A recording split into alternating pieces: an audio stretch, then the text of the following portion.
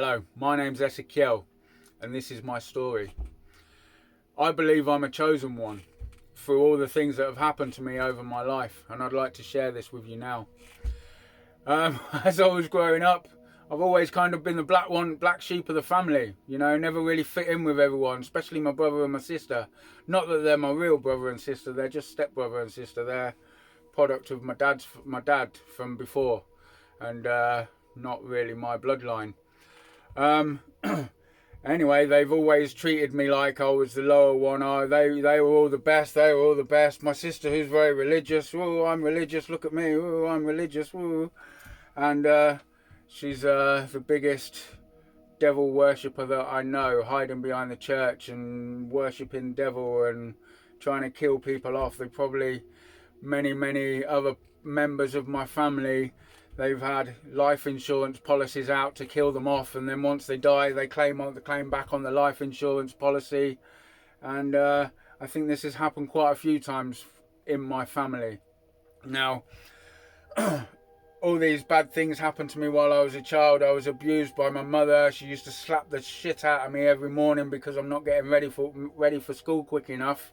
And then the day that I did punch her back, I punched her on the arm, and she goes crying to my dad, "Adam hit me." I was born with the name Adam. My soul's name is Ezekiel. I'm now going with the name Ezekiel. And she didn't tell my father about all the multiple times that she'd beaten me up every morning, but just the one time that I punched her back, not taking accountability for her own actions. This is the actions of a true narcissist. And I grew up with two of the worst. Once my mother realised she couldn't beat me anymore, my father stepped in until I was from the age of 11 years old, beating me up every time I did something wrong. Until I was about 18 years old, I was big enough to smack him on the head, and I gave him a black eye and broke his glasses. And then slowly but surely, the beating started to fade away.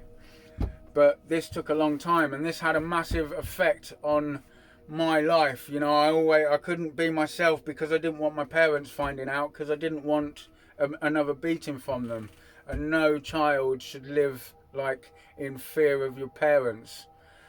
And so this has been me all my life. And then when I was about 10 years ago, I lost a baby in a relationship, and that turned me into a path of destruction.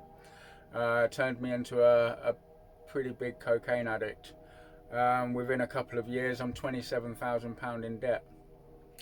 I managed to sort my life out after that, after about 3 or 4 years, and managed to pay it all off. Paid it off with an IVA.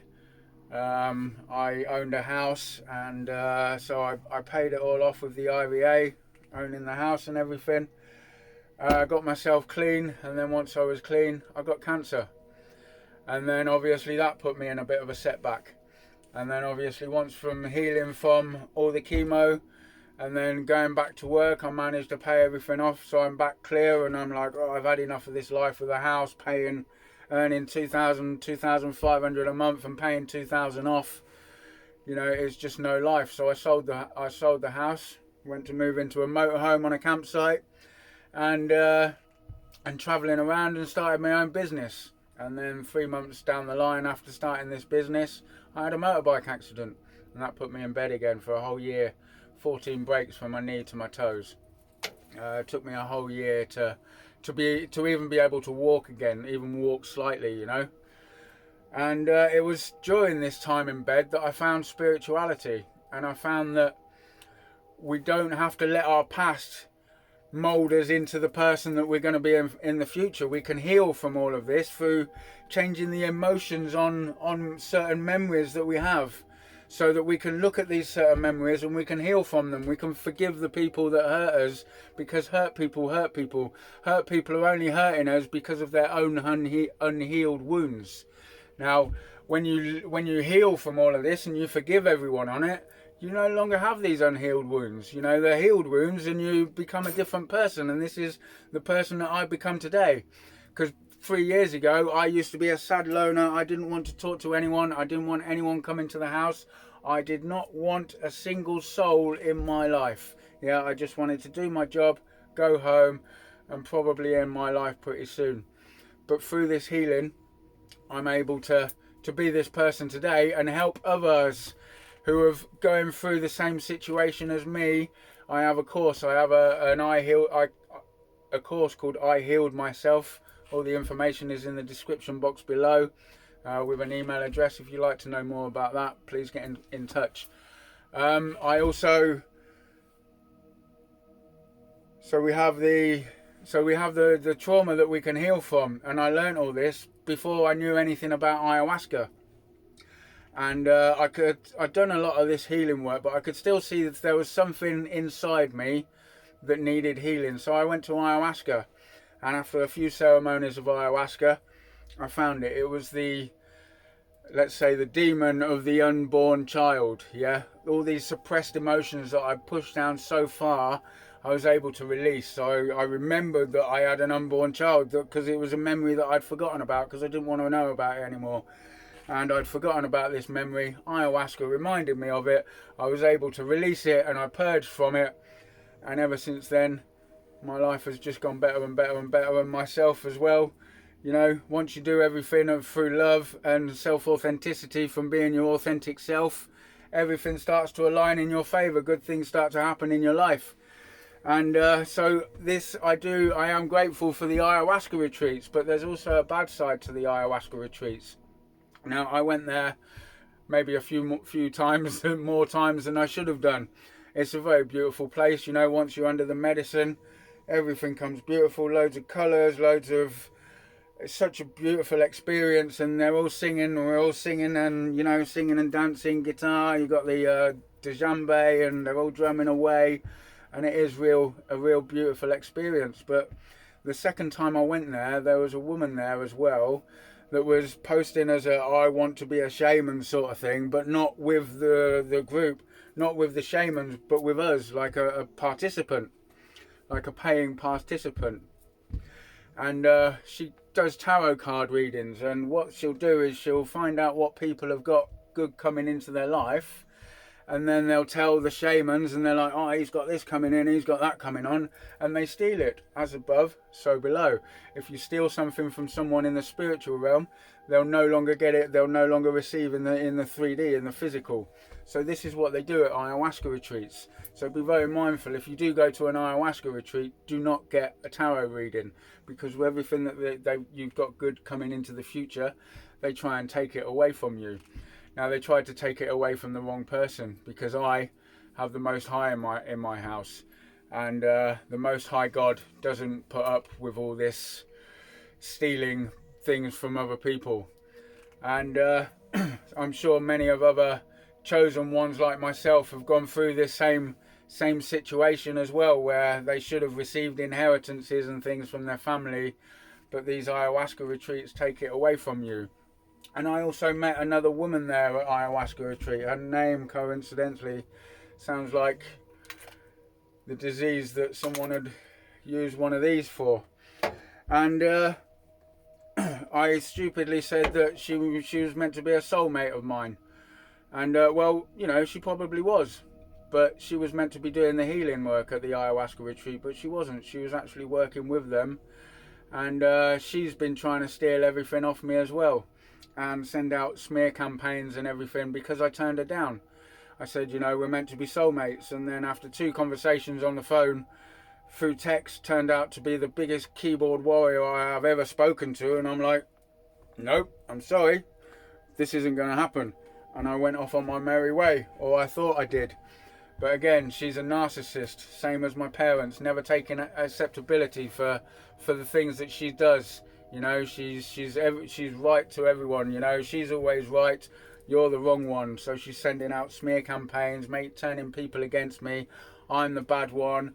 I'm with her and I'm abusing her. And I had 2 conversations through text messages, and I never saw her again. She's even gone to the extent of working with my family to say that I'm married to her, and falsifying identification, getting someone else to play me in the court case, and say that I'm married to her and I'm meant to be, and I am not fit to look after myself.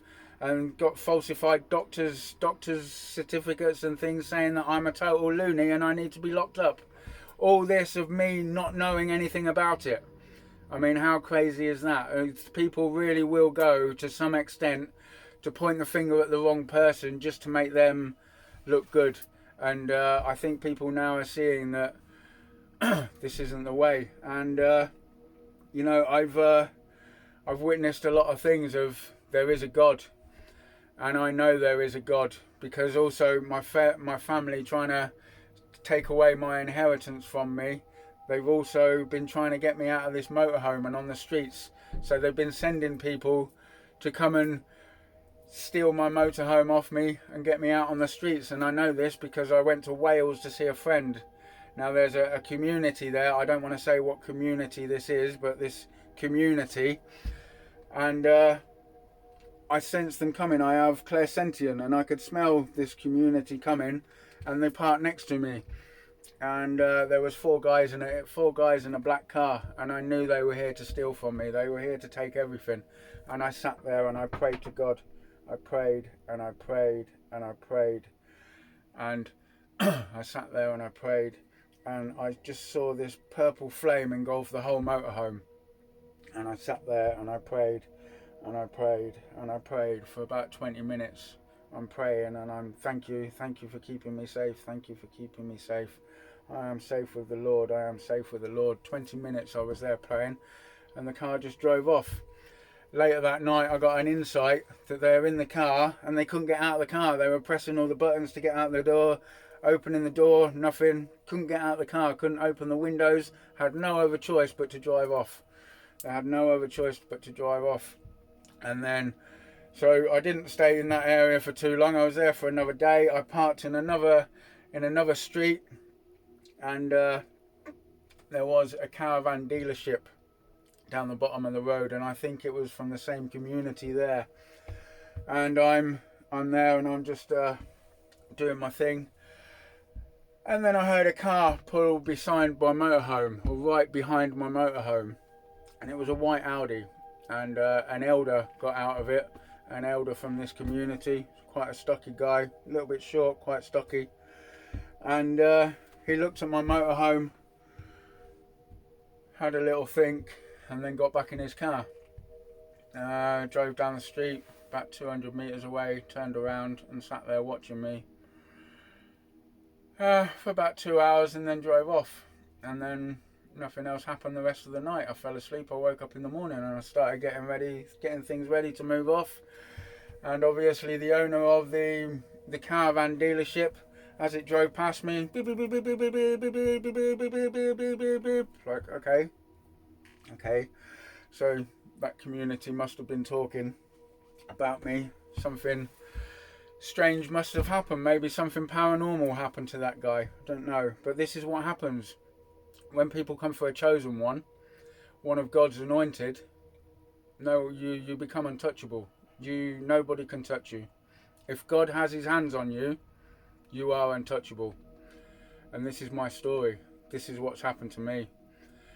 I know my parents have been trying to kill me off for years, maybe trying to poison me with food, putting stuff in my food, and they just can't kill me off. They cannot kill me off. Maybe my sister's been doing her demonic stuff, hiding behind the church. Now, I'm not saying everyone that goes to church is demonic. You know, I'm sure there are some very good people that go to church and they believe in God and they don't believe in the devil, because you start believing in the devil is wrong. If you're doing deals for the devil, you should not be of any church. You know, the church is believing God. God is within. God is with us at all times, and I am proof of that. And this is why I'm here to tell the world, tell the people, help other chosen ones and starseeds that are going through similar situations as I am today. I'll have a few videos on the twin flame journey, soulmate journey, things like that. I can do tarot cards. We'll do tarot cards. We'll also do some tarot weaving, which is bringing in, I connect to source. I don't connect to Pleiadians, Arcturians or anyone.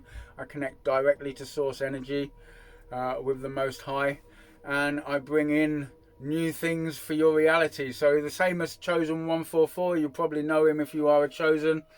He has his YouTube channel and he does tarot card readings, tells Chosens what things you've got going on in your life. So mine will be very similar, but we're going to bring other things into your life through Source Creator. And you know, it's just a little bit of a difference to the tarot card readings. I also do light language, which is language for your soul. So we can align your chakras and balance your energy centers to bring you out to be the fullest on your highest frequency, allowing you to be aligned to all your desires. Also with the subconscious mind recode course, aligning you to your desires through your subconscious mind. So if you'd like to know any more of that, please drop me a message in the email in the description box below. I'd love to hear from you, especially if you're a Chosen. If the Most High tells me you're a Chosen, you have everything at just 33% of the price, which is just £111. Anyone else, you know, if you're not a Chosen, if the Most High tells me you're not a Chosen, you still have everything that I can have to offer you, all my teachings that I have to offer you, how to protect yourself from all this devil work that people think that they can conjure up. You know, what's the difference between the boogeyman and the devil? One is believed by kids, the other is believed by grown-up kids. Do not believe any of this rubbish. It is all a load of nonsense, absolute nonsense. People that think that they're above God and they can do black magic and voodoo and all this crap. What a load of rubbish. Yeah, you got the Most High in the house, you just return it to sender. Return to sender, return to sender, return to sender, and you watch their lives fall apart, and their lives will fall apart. Karma, you know, take it up as a receipt. You know, if you've done something wrong to, especially a Chosen one, it will come back and bite you on the arse when you're not ready, when you're not expecting it, when you're least expecting it. So the moral of the story is, don't do black magic, don't do deals with the devil. The devil's a liar. I heard things, I was kind of, you know, working with the devil a little bit. The devil told me, oh, you need the devil for the karma. And then so it was like 75% of trust in the Most High, 25% in the devil, because we need the devil. And then the devil wanted 30%, 35%, 40%, 45%, 50%. It got to the point where it's 50-50, and I'm like 50% in the Most High, 50% in the devil. And then the devil wanted more. And more and more, and I'm like, no, I don't believe in you. You're a liar. You just sit down there. My faith is with the Most High only, 100%. When you have 100% in the Most High, there's no room for the devil. Now I know that obviously people have come against me. There's also been an attempt on my life. This is hearsay, and I heard the guy beeped as he went past. Yes, I know where you are. There you are. I'm going to get you in a minute. And he turned around the corner. Bam. Massive car crash. Police helicopter in the park. Cornered off and everything. No, I went for a walk with the dog. No, you can't go up there. There's been a car crash. It's a total write-off. The guy got helicoptered to the nearest hospital. Woke up 6 months later after his coma. And he was totally paralysed. And this is what happens when you come for a Chosen one. This is what happens when you come for one of God's anointed. And I know a few other people that have tried to come for me and don't even get close to me now. This is what happens. So stick around for this channel. We're also going to teach you how to protect yourself with Archangels and Ascended Masters. And these are for any Chosen and Starseed. You know, there's no difference to me and you. Maybe a little bit. My ancestors, I've set free a lot of my ancestors from their karma, from breaking generational curses from my family. You know, envious, greedy, jealous, angry, family, alcoholics, a lot of them. And I've broken this cycle with them. I no longer talk to my family. I no longer talk to any of them. And this is the reason why. So, my name is Ezekiel. I'm a Chosen one. We are the Chosen ones. Thank you for watching. I'll see you in the next video.